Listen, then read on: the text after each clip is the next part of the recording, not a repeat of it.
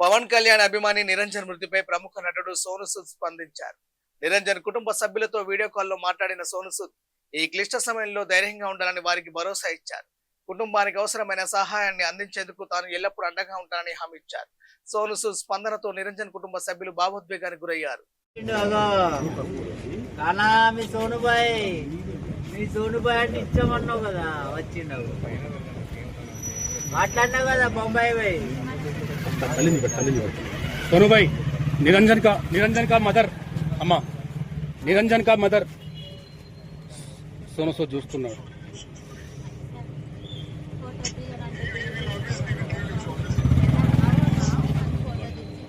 అవును మాట్లాడు